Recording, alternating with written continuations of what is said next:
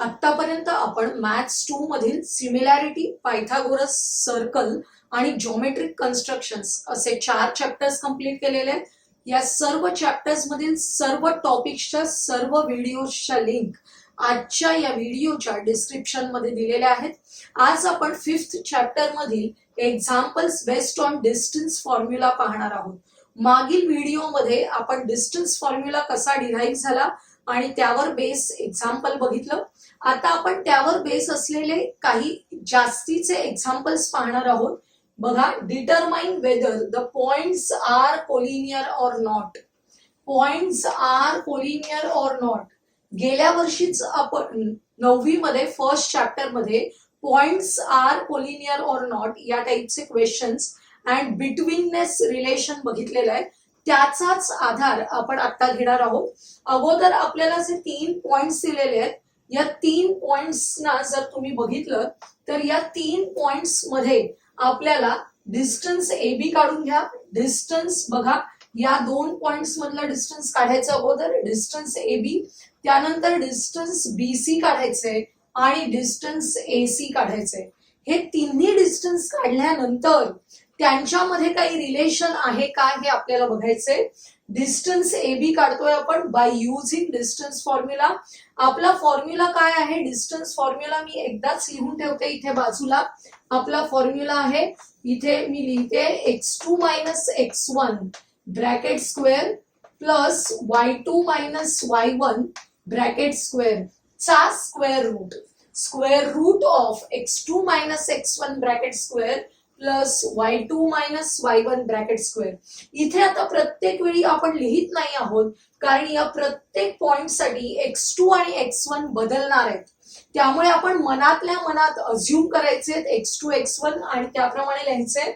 A and B असे 2 points असतील तेव्हा आपण B चे कोऑर्डिनेट्स x2 y2 घेतलेत, A चे कोऑर्डिनेट्स घेतलेत x1 y1. त्याप्रमाणे बघा, x2 minus x1 2 minus 1 plus y2 minus y1 minus 5 minus of minus 3 bracket square. Simplify करूया. 2 minus 1 1 1 square plus minus minus plus होणार आहे. नेक्स्ट स्टेपला आपण पुढचं सिम्प्लिफिकेशन करतोय. इथे स्क्वेअर रूट साइन लिहित राहायचंय शेवटपर्यंत, लक्षात घ्या. इथे 1 square is equal to 1 plus minus 5 plus 3 minus 2. Different signs असतील तेव्हा मोठ्या नंबर मधून लहान नंबर सबट्रॅक्ट करायचे आणि मोठ्या नंबरचं साइन द्यायचंय. त्यामुळे मायनस 2 स्क्वेअर आलेलं आहे. इथे square root of 1 plus 4 minus 2 square is equal to 4. Therefore answer येणार आहे स्क्वेअर रूट ऑफ 5. हे काय आलं? Distance AB.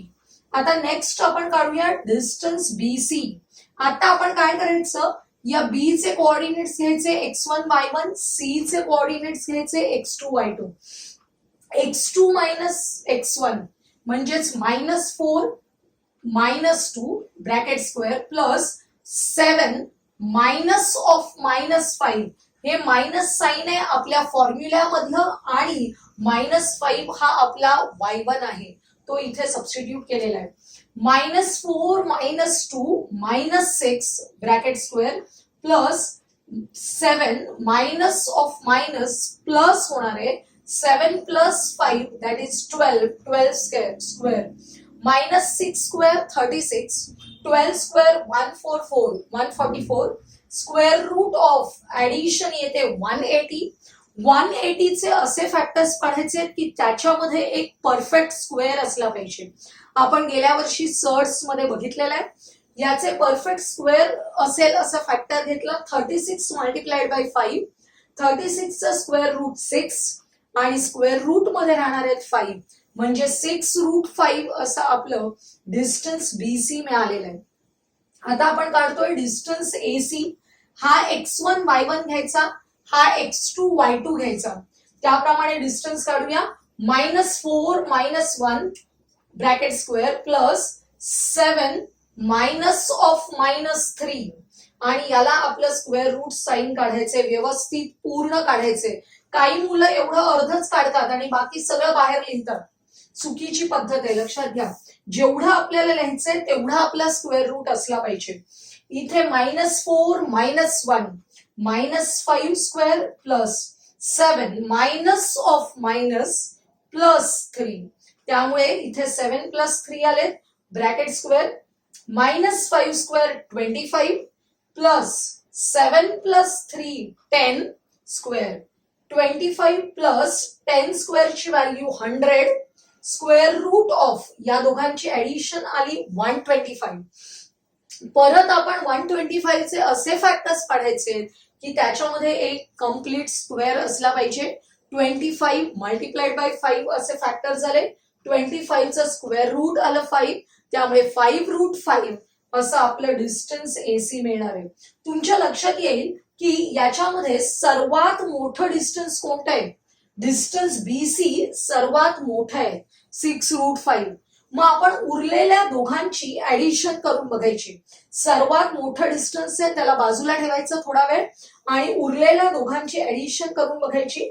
Distance AB plus distance AC √5 plus 5√5 which is equal to 6√5 which is equal to the distance BC. Distance BC किती आहे बघा 6√5.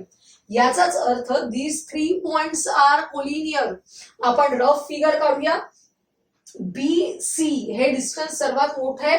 Distance BC सर्वात मोठं आहे तर आपण सेगमेंटचे एंड पॉइंट्स घ्यायचे B आणि C आणि हा पॉइंट A मध्ये घेतलेला आहे. Distance AB is equal to √5 and distance AC is 5√5 and addition of these two equal to distance BC. म्हणजेच आपल्या लक्षात येतं की पॉइंट्स ABC आर कोलिनियर. अतिशय सोपा प्रश्न आहे. 3 मार्कांसाठी बऱ्याच वेळा परीक्षेला विचारला जातो. नेक्स्ट क्वेश्चन बघा.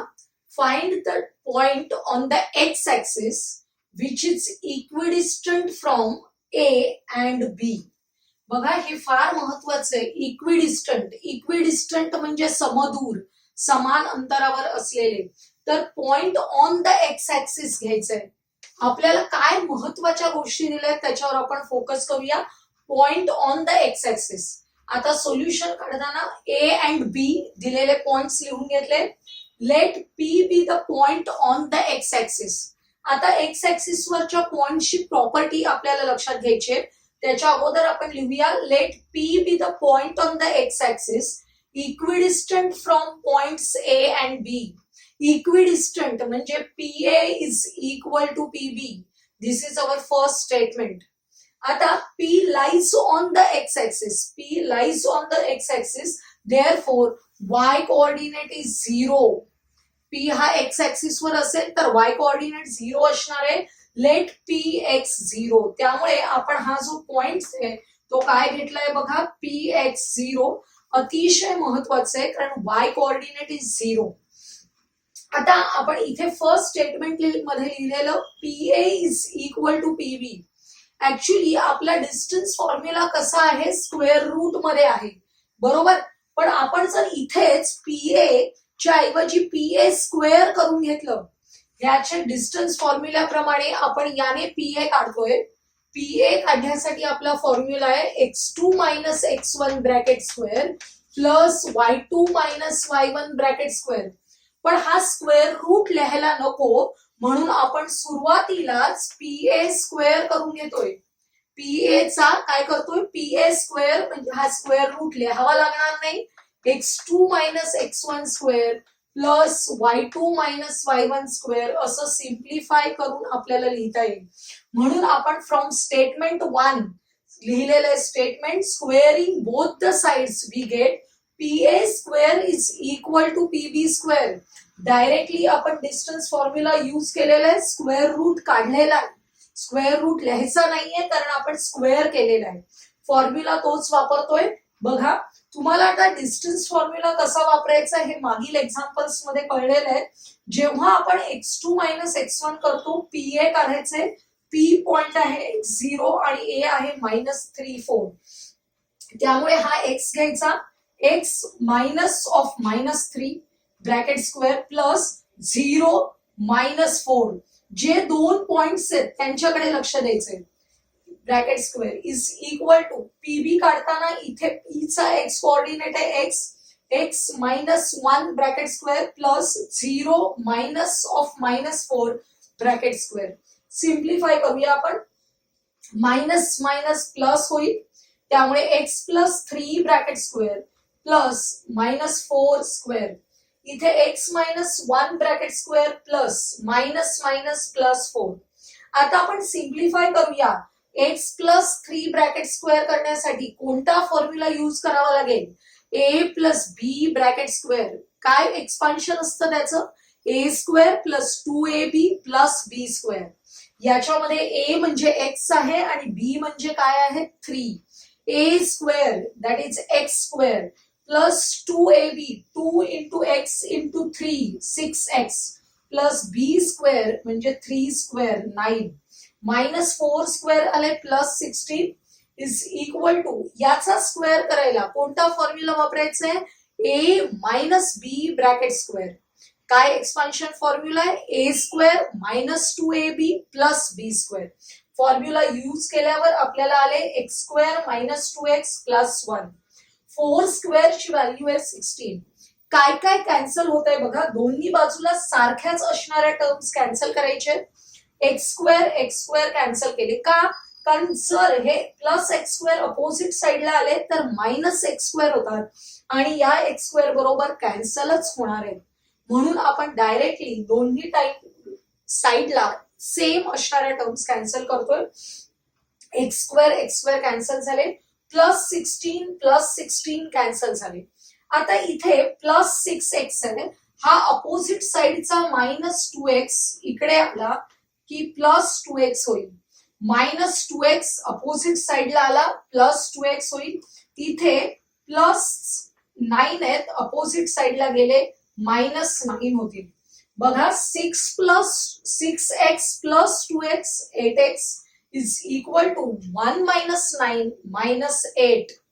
आता x ची व्हॅल्यू काढायची आहे. Minus 8 divided by 8 that is minus 1. x is equal to minus 1. आपला जो p पॉइंट होता तो होता x0. या x ची व्हॅल्यू मिळाली आपल्याला मायनस 1, ती सबस्टिट्यूट केली म्हणजे p चे कोऑर्डिनेट्स झाले -1 0. फायनली आन्सर लिहायचंय. The coordinate of point on x axis equidistant from the points A and B are -1 0. P हा पॉइंट आपण घेतला होता ज्याचे कोऑर्डिनेट्स मिळालेले आहेत -1 0 which is equidistant from A and B and lies on the x axis. Third example बघा. Verify that points P, Q, R are the vertices of right angle triangle. लक्षात घ्या, तुम्हाला समजत असेल की आपल्याला या कोऑर्डिनेट जॉमेट्री मध्ये इनडायरेक्टली आपल्या जॉमेट्रीतले सगळे थिअरम यूज करावे लागतात. जसं आपण मगाशी एक थिअरम यूज केला, बिटवीननेस रिलेशन यूज केलं, तसंच आता आपल्याला याच्यामध्ये डिस्टन्स फॉर्म्युला वापरायचा आहेच. पण त्याबरोबर these are the vertices of right angle prove करण्यासाठी कॉन्व्हर्स ऑफ पायथागोरस थिअरम पण यूज करावा लागणार आहे. म्हणजे आपल्याला जॉमेट्रीचा तो बेस जर पक्का असेल तरच आपल्या लक्षात येईल की आपल्याला नेमकं याच्यामध्ये काय करायचंय. आपल्याला 3 व्हर्टायसेस दिलेत, तर हे जे व्हर्टायसेस आहेत त्यापासून तयार होणारा ट्रायंगल आधी आपण लक्षात घेऊया, ज्याच्या 3 साइड्सची लेंथ आपल्याला काढायची आहे. लेंथ ऑफ द 3 साइड्स काढणं म्हणजेच डिस्टन्स बिटवीन द 2 पॉइंट्स काढणं, आणि ते आपण डिस्टन्स फॉर्म्युलाने काढणार आहोत. पी क्यू आर असे 3 पॉइंट्स आहेत. त्यामुळे by using distance formula distance P Q, distance Q R आणि डिस्टन्स पी आर आपल्याला काढून घ्यायचंय. डिस्टन्स फॉर्म्युला तुम्हाला माहिती आहे, square root of x2 minus x1 bracket square plus y2 minus y1 bracket square. जेव्हा पी क्यू असेल तेव्हा पी चे कोऑर्डिनेट्स आपल्या लक्षात घ्यायचे x1 y1, क्यू चे घ्यायचे x2 y2 आणि त्याप्रमाणे कॅल्क्युलेशन करायचे. आता आपण 2-3 एक्झाम्पल्स मध्ये बघितलेलं आहे, म्हणजे मी त्याच्यावर वेळ घालवत नाही. डिस्टन्स पी क्यू तुम्ही काढणार आहात तो तुम्हाला समजा 4 मिळालेला आहे. डिस्टन्स क्यू आर, त्याच्यावेळी आपण क्यू आणि आर हे पॉइंट्स घेतोय, त्यामुळे क्यू आणि आर पॉइंट्स घेऊन डिस्टन्स फॉर्म्युला वापरल्यानंतर आपल्याला डिस्टन्स येत आहे 5 अँड डिस्टन्स पी आर काढायचंय. त्याच्यासाठी पी आणि आर हे दोन पॉइंट्स घ्यायचे. याचे कोऑर्डिनेट्स घ्यायचे x1 y1, याचे घ्यायचे x2 y2. हे मनातल्या मनातच घ्यायचे आणि डायरेक्टली व्हॅल्यू सबस्टिट्यूट करायचे. तुमच्या लक्षात येईल, मी आता याचे दाखवते मुद्दाम तुम्हाला. x2 मायनस x1 म्हणजे 2 minus of -2 bracket square plus 7 -2 bracket square आणि त्या सर्वांचा स्क्वेअर रूट आहे. इथे मायनस ऑफ मायनस प्लस होईल. 2 plus 2 plus 7 minus 2 5 bracket square, याचा स्क्वेअर रूट काढायचंय. 2 plus 2 4, 4 square plus 5 square 16 plus 25 which is equal to square root of 41. कारण इथे पण स्क्वेअर रूट आहे. लक्षात घ्या, व्यवस्थित स्क्वेअर रूट लिहित जायचंय. बऱ्याचदा आपण मध्येच सोडून देतो लिहायचं. एक लक्षात घ्या, आपल्याकडे 3 डिस्टन्स मिळाले, P Q, Q R and P R. लक्षात आलं. आपल्याला जर राईट अँगल ट्रायंगल आहे का बघायचं असेल तर सर्वात मोठं डिस्टन्स असतं ते म्हणजे आपला हायपोटेन्यूज असतो. त्याला आपण थोडं बाजूला ठेवूया. उरलेल्या दोघांच्या स्क्वेअर्सची ऍडिशन, उरलेल्या दोघांच्या स्क्वेअर्सची ऍडिशन करून बघायचे. P Q square plus Q R square करायचे. P Q square plus Q R square that is 4 square plus 5 square which is equal to 16 plus 25 which is equal to 41. याला स्टेटमेंट 1 लिहा. काय केलंय याच्यामध्ये आपण या ज्या दोन साइड्स आहेत त्यांच्या स्क्वेअर्सची ऍडिशन केली आहे. आता उरलेली जी मोठी साइड आहे त्याचा स्क्वेअर करूया. P R square is equal to square root of 41 square. Square करताना हा स्क्वेअर रूट निघून जाईल म्हणजे आपल्याला पी आर स्क्वेअरची व्हॅल्यू पण मिळाली 41. हे आपलं सेकंड स्टेटमेंट आहे. फ्रॉम फर्स्ट अँड सेकंड तुमच्या लक्षात येत आहे these two are equal. pq square plus qr square is equal to pr square. याचाच अर्थ काय? By converse of Pythagoras theorem pqr are the vertices of the right angle triangle. आणि आपला triangle PQR कसा असणार आहे बघा. हा ट्रायंगल PQR आहे ज्याची जी मोठी साइड आहे ती साइड म्हणजे आपला हायपोटेन्यूज आहे दॅट इज PR आणि उरलेला व्हर्टेक्स Q घ्यायचे जिथे राईट अँगल आहे. Angle Q is equal to 90 degrees. इथे PR ची व्हॅल्यू मिळालेली आहे तुम्हाला स्क्वेअर रूट ऑफ 41. PQ ची व्हॅल्यू आहे 4 आणि QR ची व्हॅल्यू आहे 5. असा राईट अँगल तयार होतोय. लास्ट एक्झाम्पल बघूया आपण. Find x if the distance between L, point L काय दिलाय बघा, x अँड 7. हे x व्हेरिएबल आपल्याला काढायचंय अँड M 115 इज 10. याच्यामध्ये x हे व्हेरिएबल काढायचंय आणि आपल्याला डिस्टन्स LM दिलेला आहे 10. ही खूप महत्वाची गोष्ट आपल्याला दिलेली आहे, डिस्टन्स LM. आता L आणि M चे आपण कोऑर्डिनेट्स घेतोय. त्याच्यासाठी आपण काय करूया बघा. याच्यामध्ये नेहमी आपण काय करतो तर पहिला पॉइंट आहे त्याचे कोऑर्डिनेट्स घेतो x1 y1 आणि दुसऱ्या पॉइंटचे कोऑर्डिनेट्स घेतो x2 y2. परंतु याच्यामध्ये आपण थोडं उलट करतोय. या दुसऱ्या पॉइंटचे कोऑर्डिनेट्स घेतलेत x1 y1, याचे घ्या x2 y2. कारण आपल्याला सोपं जाणार आहे ते करण्यासाठी. x2 मायनस x1 त्याच्यासाठी x minus 1 bracket square plus y2 minus y1 म्हणजे 7 minus 15 bracket square is equal to LM. आता असं आलेलं आहे त्याला थोडं सिम्प्लिफाय करूया. Square root of x minus 1 bracket square plus 7 minus 15 minus 8 bracket square. LM ची व्हॅल्यू आहे 10. आपल्याला जर सिम्प्लिफाय करायचं असेल तर squaring both the sides we get. Square करताना हे स्क्वेअर रूट साइन निघून जाईल आणि हा जो 10 आहे त्याचा स्क्वेअर आपल्याला 100 लिहावा लागेल. आता याचा स्क्वेअर आपल्याला करायचंय x मायनस 1 ब्रॅकेट स्क्वेअर. कोणता फॉर्म्युला वापरतो आपण? a minus b bracket square that is a square minus 2ab plus b square. त्यामुळे आपल्याला एक्सपान्शन येतं ऍक्च्युली, परंतु याच्यामध्ये थोडंसं आपल्याला वेगळी ट्रिक वापरली तर एक्झाम्पल सोपं होणार आहे. त्यामुळे प्रत्येक वेळी सरळ सूट जायचं नाही. याच्यामध्ये बघा तुमच्या लक्षात येईल, हा जो 100 आणि 64 हे जे नंबर्स आहेत त्याच्याकडे बघितल्यावर की +64 ऑपोजिट साइडला गेले की -64 होणार आहे, त्यांचं सबट्रॅक्शन येणार आहे 36. त्यामुळे हा जो स्क्वेअर आहे तो तसाच ठेवूया आपण, कारण हा 36 कम्प्लीट स्क्वेअर आहे. त्यामुळे taking square root of both the sides आपल्याला सोपं जाणार आहे एक्स ची व्हॅल्यू काढायला. त्यामुळे x-1 ब्रॅकेट स्क्वेअरचा स्क्वेअर रूट आला x-1 आणि 36 चा स्क्वेअर रूट लिहायचा +-6. हे फार महत्वाचं आहे, क्वाड्रॅटिक मध्ये आपण बघितलेलं आहे. कारण +6 चा स्क्वेअर पण 36 येतो आणि -6 चा स्क्वेअर पण 36 येतो. त्यामुळे आपण दोन्ही अल्टरनेटिव्ह इथे घ्यावे लागतात. आता त्यामुळे x-1 = 6, x-1 = -6. आता इथे -1 अपोजिट साइडला गेले +1 होतील. त्यामुळे 6 + 1 7, x ची व्हॅल्यू मिळाली 7. इथे x-1 = -6, -1 अपोजिट साइडला गेले +1 झाले, -6 + 1 -5. म्हणजे x च्या दोन व्हॅल्यूज मिळाले. आन्सर लिहायचे x = 7 और x = -5. अशा दोन व्हॅल्यूज आपल्याला इथे मिळालेल्या आहेत.